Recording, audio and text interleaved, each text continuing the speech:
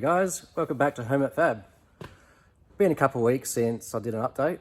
The young bloke has been sick, which of course means I've been sick. So I've been looking after him and also decided to rearrange the workshop. Give you a bit of a workshop tour if you're interested.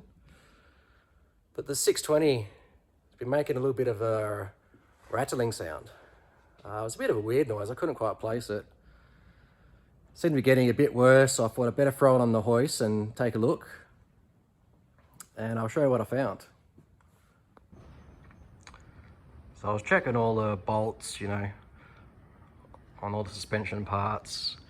I did find that kingpin has a bit of slop in it, but that can wait till I swap chassis. Yeah, besides a bit of an oil leak, everything seemed tight, nothing was loose. Sort of scratching my head what the cause was. And I was over here and I was like, what's that thing just there? So, there we go. Pulled her out and it's the old battery clamp down bolt. Goes like that. Somehow it's made its way up onto the chassis there. It's just bounced around occasionally, making a nice rattle. Weird thing is the battery is up that side of the car, just up there. And I think it's actually the old clamp. I got a new one on there, so I don't know how that got there. But yeah, easy fix. Just thought point out the nice, what is it, like a 1 1/4 inch exhaust that's been decently crushed. But while I was on the hoist, I figured I'd use plumb bob and drop a line down from each of the body mount positions on the chassis. Plot it all out on the floor, measure it up and make sure it matches up with the 720's mounting points. Now I probably should have done this as the first job before even attempting the conversion, but it's better late than never. And I'll get that done and let you know what I find.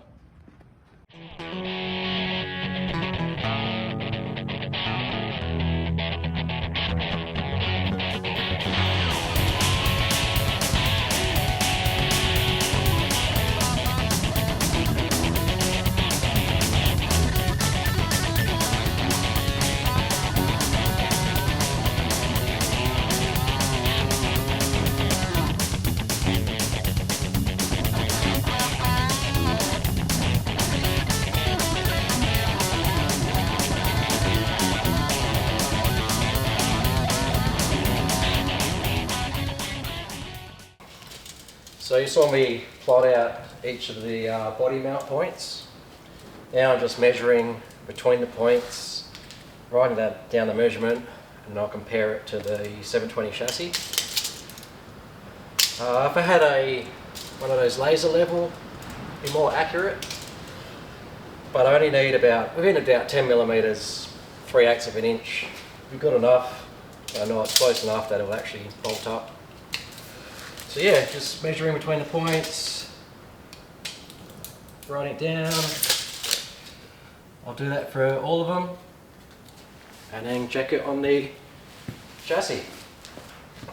Now also, these should be the same. Was it 1085? Yep. This is one way to test if your chassis is being twisted or bent. You can check your diagonals, make sure it's all square. Obviously I don't care about this chassis. But yeah, there's one way you can check your own chassis as well.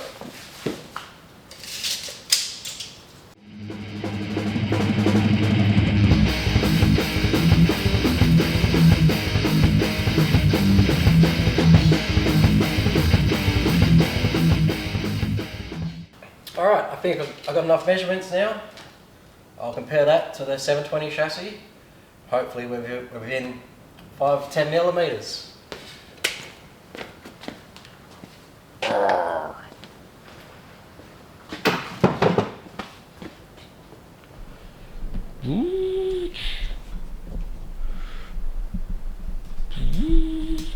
Okay, so the measurement between here and there should be 820 millimeters. I'm reading, about 840 millimeters. So it's 10 millimeters further apart on this chassis, which isn't the end of the world. I could slot these holes. I might have to weld in, you know, a plate, but it's not a good start. Okay, let's check from here to here. About 1085. We've got about 1125. Uh-oh.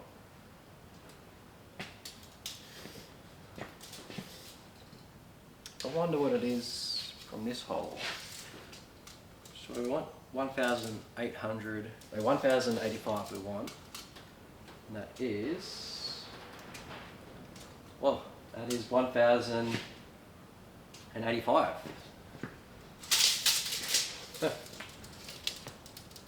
It's almost like Nissan wanted us to swap the body. So it looks like we're using that hole, which is good because I can enlarge that, the 10 millimeters that I need. Okay, continuing. That should be 940. We are getting 945, that's within my error margin. Okay, between these two, 175. It's a bit hard to measure, I'll just do it by eye. I'm actually getting, it's about 200. So about 15 millimeters off. Hopefully there's enough room to slot that out, or maybe slot this hole. It's close, but not quite. Next should be 525.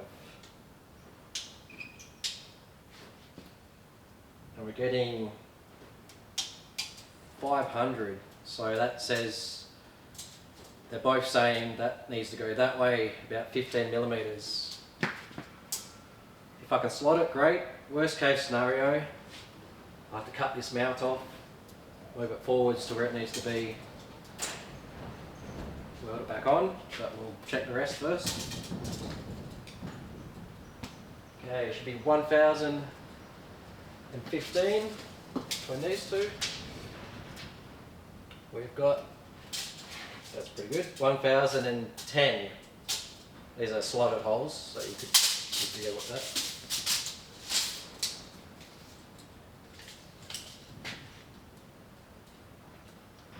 And yeah, we've got an extra mount on this body. Let's double check.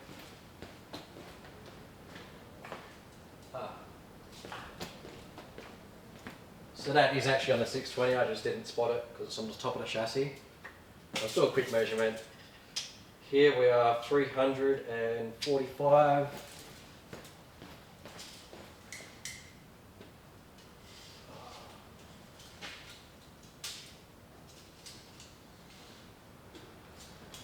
Just eyeballing it, and yeah, it looks about 345. So between here and there should be 1040. Getting 1045. So yeah, happy with there. 1070 between these two.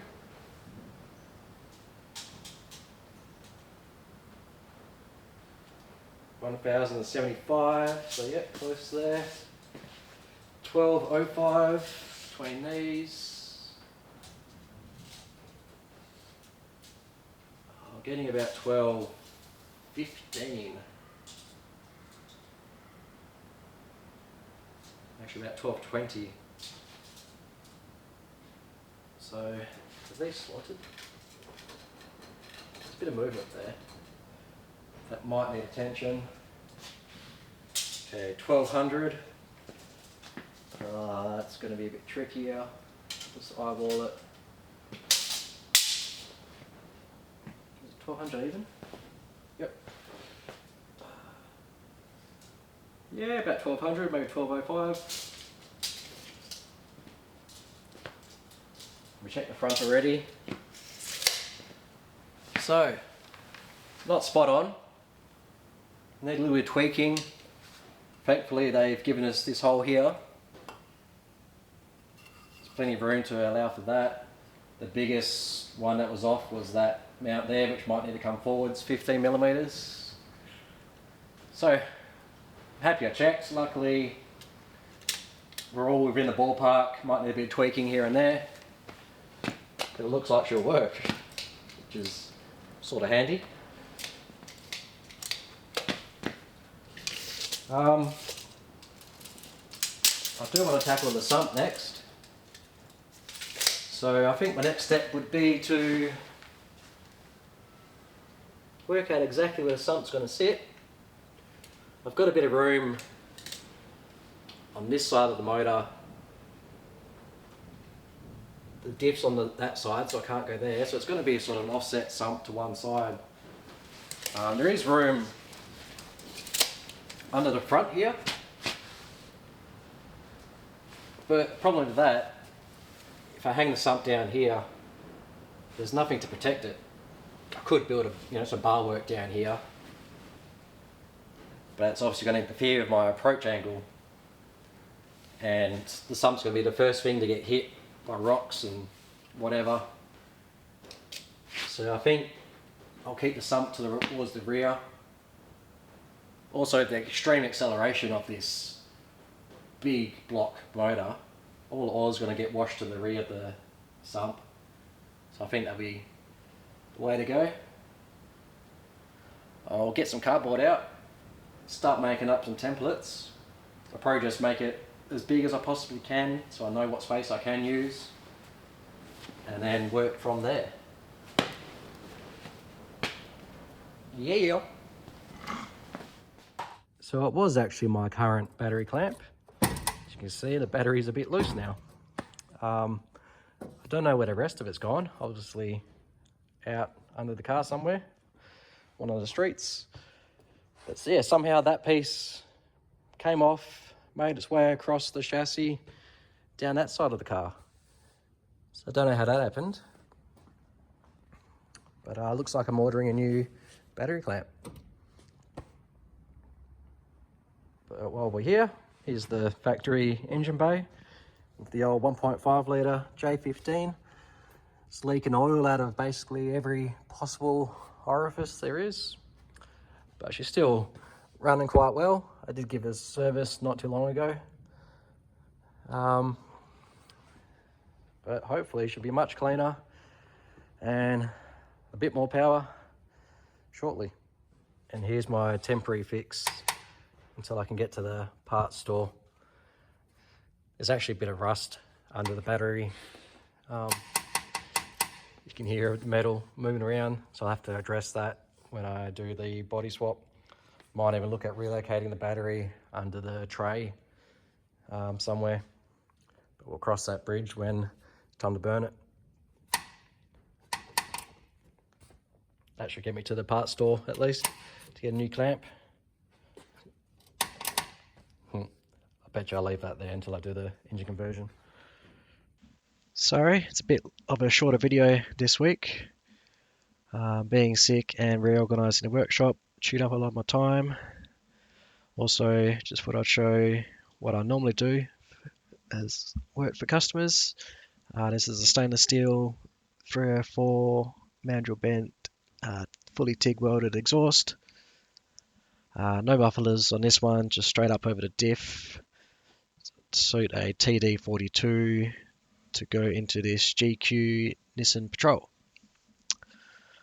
I mainly do exhausts, intercooler piping, and then other little tanks and bits and pieces, rock sliders and snorkels. But I hope to get back onto the 720 project very soon, and like I said, be getting onto the sump. So thanks for watching. Don't forget to like, comment and subscribe, and I'll see you later.